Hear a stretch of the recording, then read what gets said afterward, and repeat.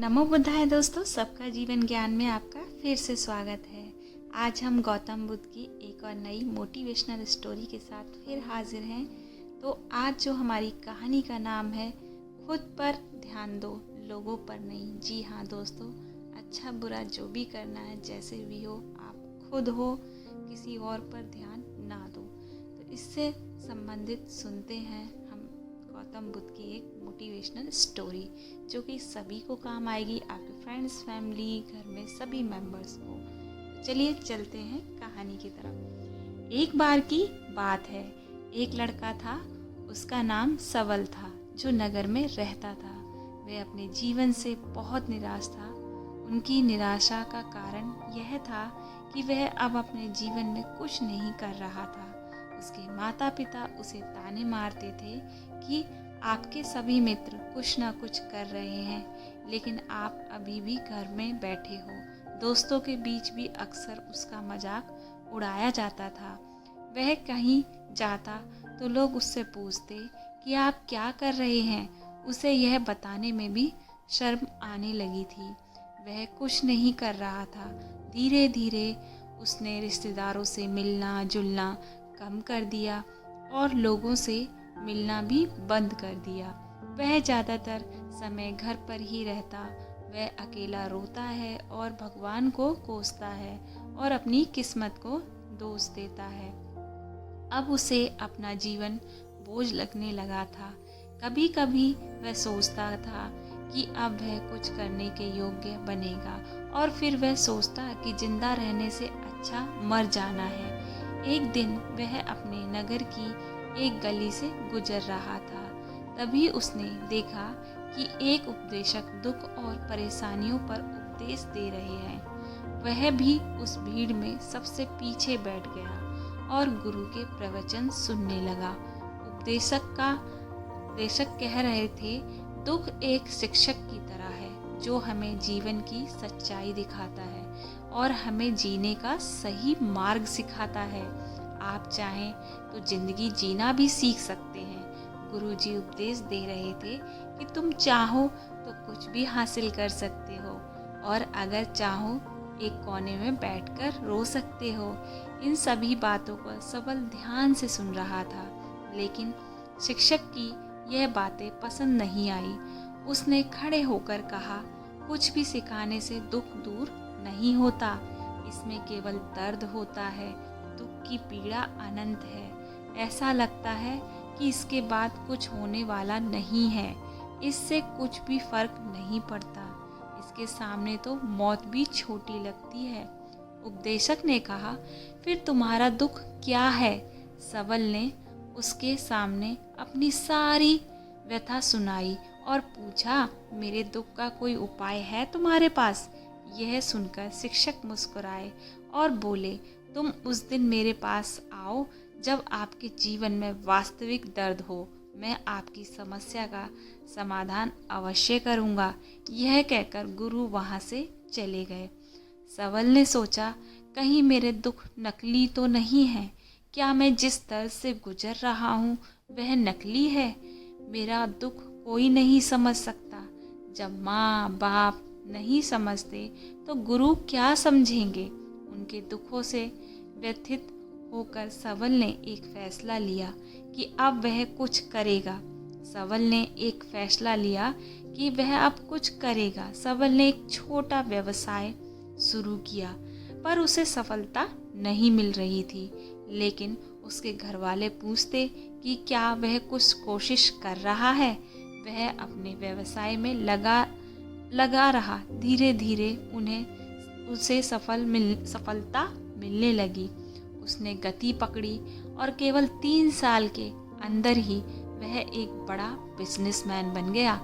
अब सवल के आसपास ऐसे कई लोग थे जो उसकी परवाह करते थे, जो उससे प्यार करते थे। अब उनके परिवार के सदस्य भी उसकी तारीफ नहीं थकते थे। दिन ब दिन उसके मित्र की संख्या बढ़ती जा रही थी। वह अब अपनी जिंदगी से बहुत खुश था। उनके कुछ दोस्तों ने उन्हें सलाह दी कि जब आप एक बड़ा बिजनेसमैन बनकर बहुत खुश हैं, तो सोचिए आपको कितनी खुशी होगी अगर आप इस शहर और इस राज्य के सबसे बड़े बिजनेसमैन बन जाते हैं। कितने लोग आपसे जुड़ना चाहेंगे, आपकी कितनी बड़ी ख्याति होगी और स्वयं राजा भी आपसे दोस्ती करना चाहेंगे और ज़रूरत पड़ने पर भी आपसे पैसे उधार लेंगे। दोस्तों की यह बात सबल के मन में घर कर गई। अब वह और पैसे कमाने की कोशिश करने लगा, लेकिन उसे यह सब बहुत ही जल्दी चाहिए था। वह समय बर्बाद नहीं करना चाहता था। उनका अधिकांश समय इन चीज़ों को प्राप्त करने में लगने लगा, इसलिए वह ऐसे काम करने लगा जो सही नहीं था। उसने बड़ा उधार लेना शुरू कर दिया। उसके दोस्तों से पैसे की मात्रा और अधिक मुनाफा कमाने के लालच में वह अपने माल में मिलावट करने लगा। उसने अन्य व्यापारियों के खिलाफ भी साजिश रची और उन्हें डराया धमकाया। जैसा उसके दोस्त कहते वे वैसा ही करता। वह इन तरीकों से ज़्यादा पैसा कमा रहा था, पर अब उसके जीवन में पहले जैसा चैन नहीं था। उनके मन की शांति गायब हो गई थी और वह रात को सो नहीं पा रहा था। वह हंगामे में रहता। वह सब कुछ पाकर भी किसी चीज़ में सुख नहीं मिल रहा था। एक दिन सबल अपनी गाड़ी में कहीं जा रहा था। तभी रास्ते में उन्हें उपदेशक का आश्रम दिखाई दिया।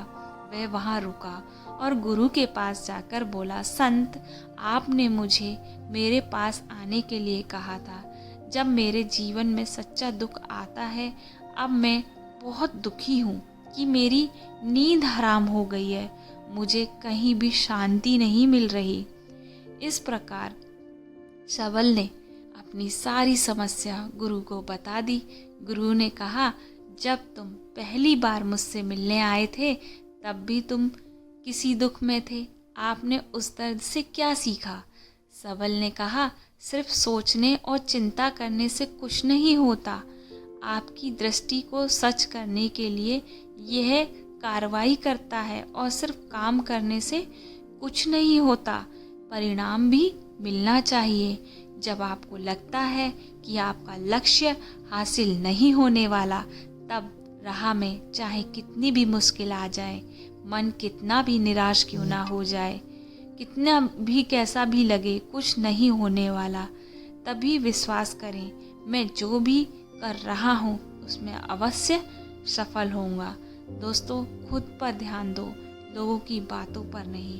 तो आगे लोग केवल सफल लोगों का सम्मान करते हैं।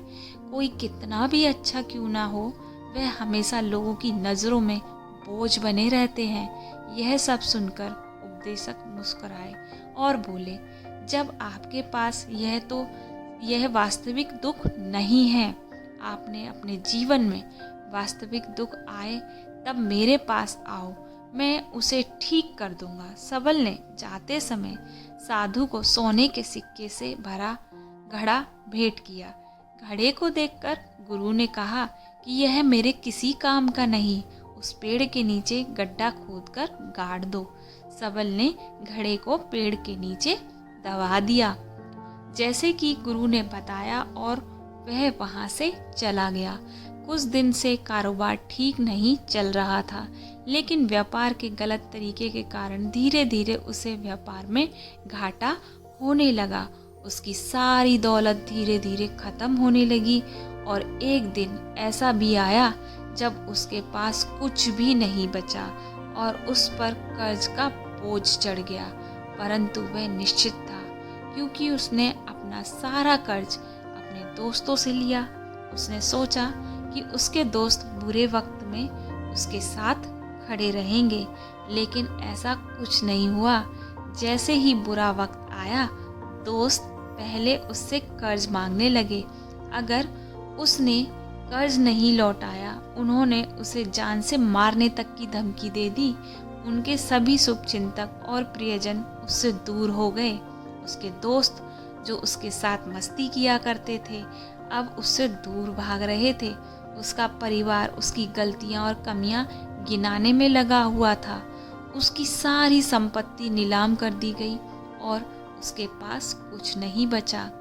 जब उसने अपने माता पिता से मदद मांगी, पिता ने कहा कि मेरे पास थोड़ी सी संपत्ति है, मैं तुम्हारी माँ को क्या कहूँगा अगर मैं तुम्हें दे दूँगा। यह संपत्ति हमारा अंतिम उपाय है। सवल के मन में गहरा दुख छा गया। उसके आसपास कोई नहीं था जो उसके दुख को समझ सके, जो उसे संभाल सके। जनता के इस विश्वासघात के कारण वह अंदर से टूट चुका था। वह सोचने लगा कि अब जीने का क्या मतलब, अब मौत ही मेरा सहारा है। आत्महत्या करने के लिए पहाड़ी पर जा रहा था, तब उसे याद आया कि उस शिक्षक ने उससे कहा था कि मेरे पास आओ जब तुम्हारे जीवन में वास्तविक दुख हो। सवल गुरु के पास गया और अपनी सारी व्यथा सुनाई।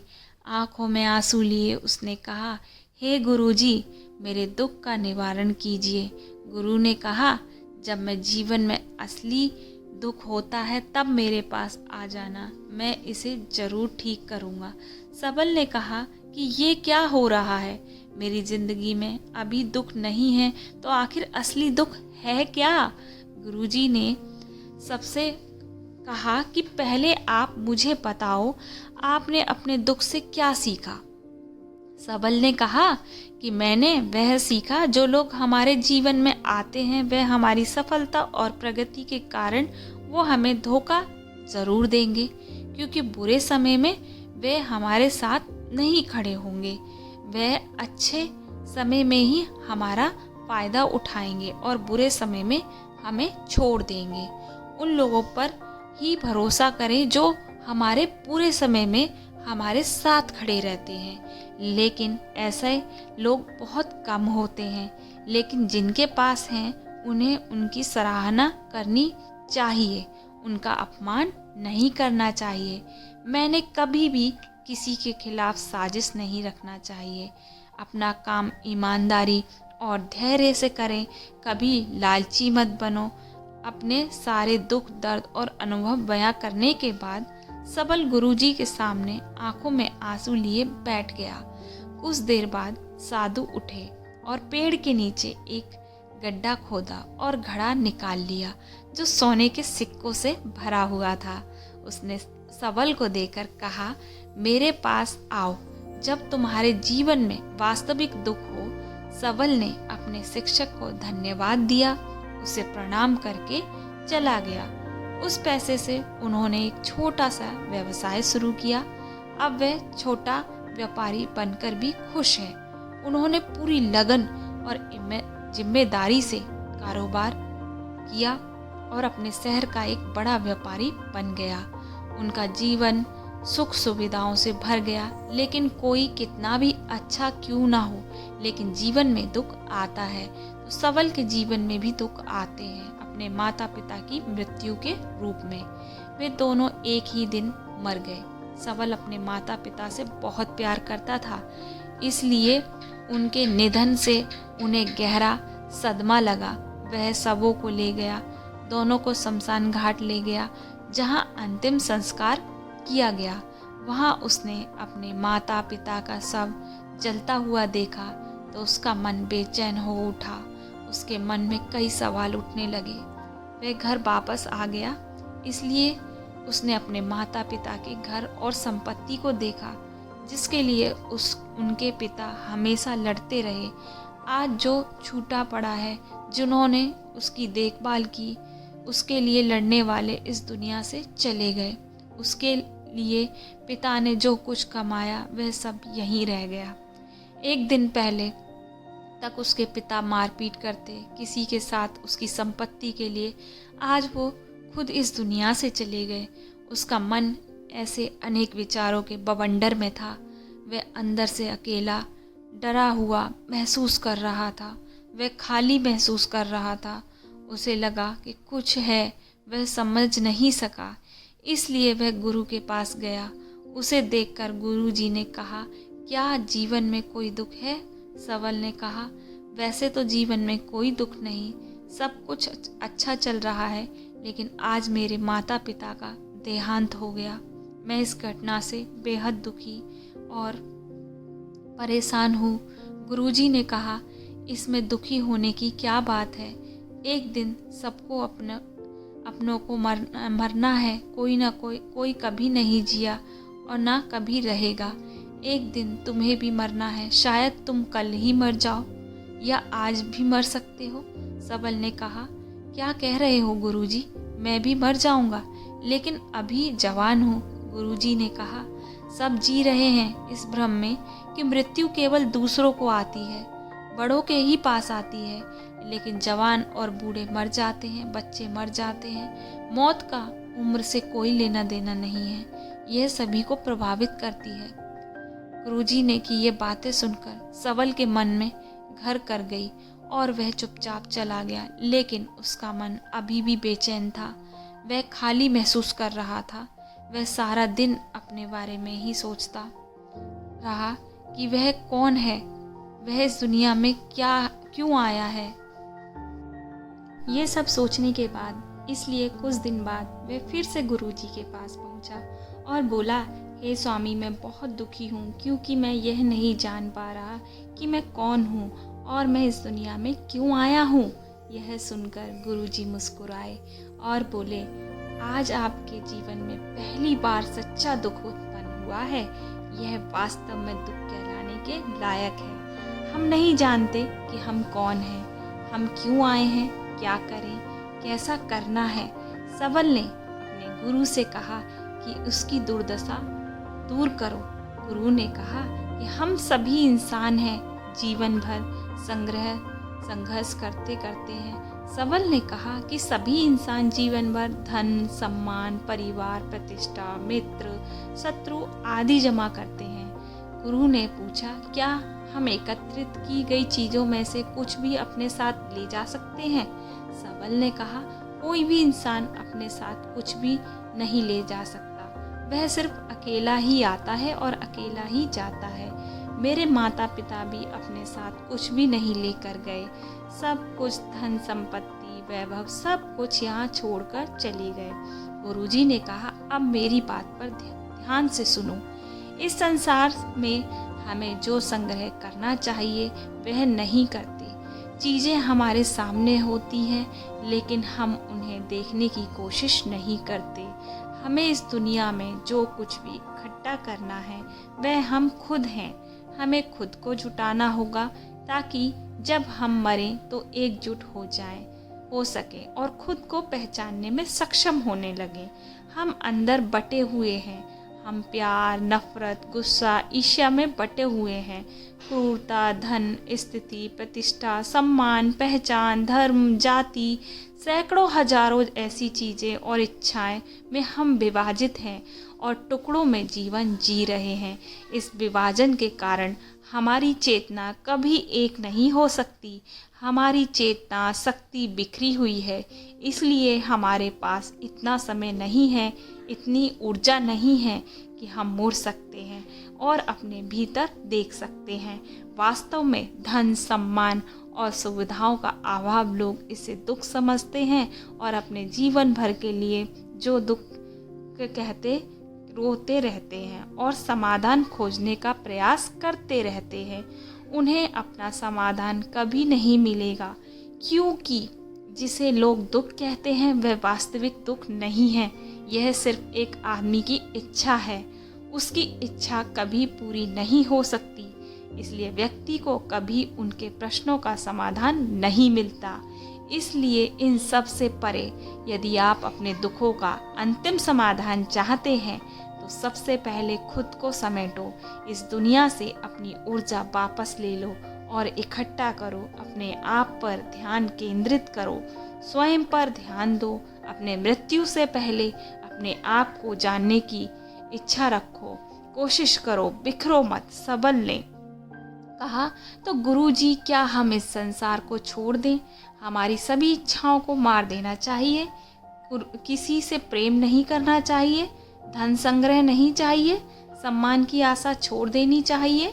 शिक्षक ने कहा कि भावनाओं और इच्छाएं ऐसे बिखरे हुए मनुष्य से में से निकल जाओ, जैसे कोई पत्थर पहाड़ से गिरे जिस पर पर्वत का कोई वश नहीं, सिवाय देखने के परेशान होने और कुछ खोने, वैसे ही बिखरे हुए मनुष्य की इच्छा बेकाबू और दर्दनाक है। उसका अनियंत्रित मन इच्छा करता रहता है और कल्पना करता रहता है और यह दुख होता है। लेकिन जब एक व्यक्ति अपने मन को एकत्र करता है तो वह कुछ भी करता है, वह उसके नियंत्रण में होता है। फिर उसकी इच्छा से इच्छाएं भी उत्पन्न होती हैं। सबल ने कहा कि आपने मेरे असली दुख का समाधान कर दिया। आपका बहुत बहुत धन्यवाद। अब से मैं खुद को समेटने, खुद को तराशने की कोशिश करूंगा। गुरुजी ने कहा कि मानव शरीर में बहुत ऊर्जा और शक्ति है, लेकिन यह फालतू के कामों में बटा हुआ है, बेकार की बातों में लगा हुआ है। यह एक बहुत ही शक्तिशाली मशीन की तरह है, एक बच्चे के हाथ में रखा जा रहा है और वह बिना सोचे समझे अपनी शक्तियों को बर्बाद कर रहा है, बिना किसी नियंत्रण के। इसलिए इस शक्ति पर ध्यान दें, अपनी चेतना और इसे इकट्ठा करें। सबल को अपने प्रश्नों का उत्तर मिल गया। उसने अपने गुरु को शुक्रिया अदा किया और चुपचाप वहाँ से चला गया। तो दोस्तों, उम्मीद करती हूँ आपको ये कहानी पसंद आई होगी और आपको इस कहानी से काफ़ी मोटिवेशन मिला होगा। दोस्तों, अपने परिवार और फैमिली के साथ ये कहानी ज़रूर शेयर कीजिएगा और मेरी इसी तरह की और भी कहानी मेरे इसी चैनल पर है, वो आप सुनिए अपनी फैमिली के साथ, अपने परिवार के साथ। और इस कहानी को लाइक, शेयर एंड सब्सक्राइब करना दोस्तों, कमेंट भी ज़रूर करना। बिल्कुल, धन्यवाद दोस्तों। बुद्धं शरणं गच्छामि, धम्मं शरणं गच्छामि।